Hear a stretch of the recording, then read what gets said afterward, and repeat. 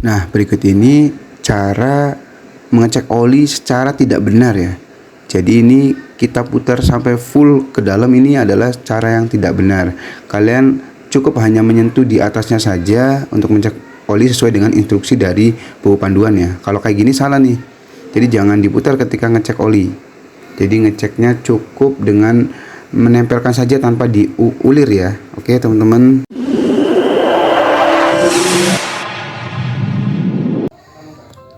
Oke teman-teman, kali ini kita coba buat mengecek oli ya. Jadi nanti saya tunjukin gimana caranya mengecek oli pada motor Vixion NVA. Jadi ketika kalian memperhatikan mesin motor kalian itu berbeda dengan kondisi normal, maka kalian bisa ngecek salah satunya adalah apakah oli di dalam mesin ini sudah berkurang, hampir habis atau masih utuh, atau bentuk daripada cairan olinya itu sudah tidak bagus. Nanti kita kasih tahu ya kepada kalian ya. Atau jika kalian merasa motornya normal-normal saja, tapi waktu pergantian olinya sudah sekitar beberapa bulan yang lalu gitu. Jadi ini wajib buat kalian ngecek ya, supaya motor kalian itu tidak kehabisan oli. Penutupnya itu ada di sebelah sana ya, sebelah kanan daripada sisi motor ini. Jadi kita harus muter ya ke sana buat ngecek. Coba kita lihat. Dan jangan lupa kita bawa tang ya, alat bantu buat ngebuka ngebuka tutup mesin buat lubang oli. Nah, posisinya ada di sini nih teman-teman ya, tutupnya. Nah, pokoknya biasanya dicirikan dengan warna tutup warna hitam. Kita lap dulu, ini banyak debu ya. Nah, dan kondisikan bahwa motor itu ada di standar tengah. Jadi ban depan itu sama ban belakang itu sejajar, supaya kita bisa mengukur masih berapa banyak sih oli yang ada di dalam mesin ini. Let's go, kita coba buka ya teman-teman ya. Jadi saya taruh dulu di sini supaya memudahkan dalam membuka tutup oli. Dan karena tang ini permukaannya kasar, biar nggak merusak daripada tutup, kita ganjil aja pakai kain ya. Kalian bisa pakai kain apa aja, yang pasti nggak langsung kena permukaan tutup. Nah seperti ini, kita taruh gini, kita putar ya teman-teman. Nah ini udah kena, kemudian kita ambil kainnya dan kita putar secara manual dengan tangan. Nah seperti ini. Ketika kita baru menarik ya dari lubang sini, itu posisi dari tutupnya itu terlumasi semua oleh oli. Jadi kita harus mengelapnya dulu ya dengan kain ya. Kita pakai kain buat mengelapnya. Bisa pakai kain atau bisa pakai busa. Kita lap aja pakai busa ya, karena saya ready-nya busa. Nah sampai bersih,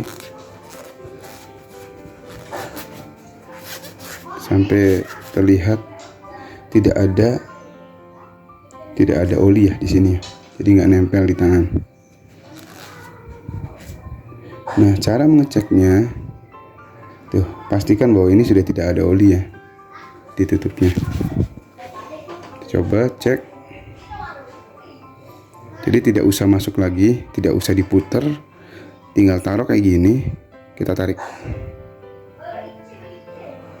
Wow, ini olinya tinggal sedikit ya teman-teman ya. Tuh, olinya tinggal sedikit teman-teman.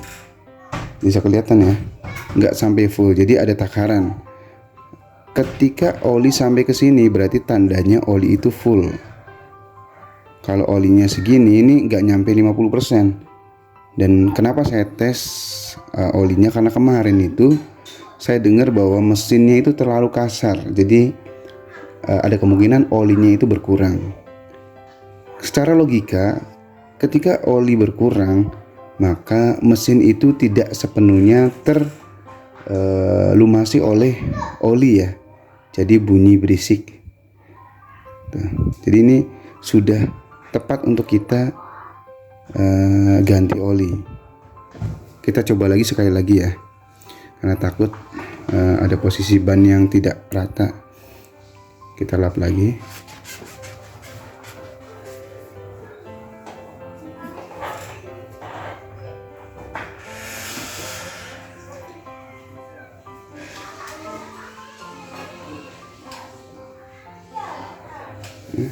Ini udah posisi bannya udah saya ratakan ya. Kita coba lagi masukin.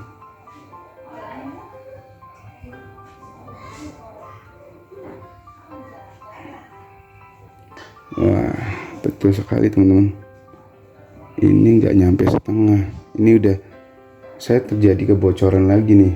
Rupanya pada bagian mesin.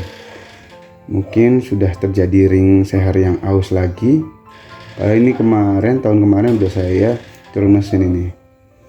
Nah, ini harus diwanti-wanti supaya jangan sampai kehabisan lagi teman-teman. Oke, setelah saya cek tutup olinya, ternyata olinya itu ketinggiannya dikit ya, jadi nggak sesuai standar. Kemungkinan olinya habis. Nah, kita pasti ada sebab mengapa sih olinya habis. Jadi motor ini tahun kemarin saya turun mesin ya, harusnya sih tidak terjadi apa-apa. Nah, kita cek nih, kemarin kita nggak ada yang bocor di antara mesin-mesin ini.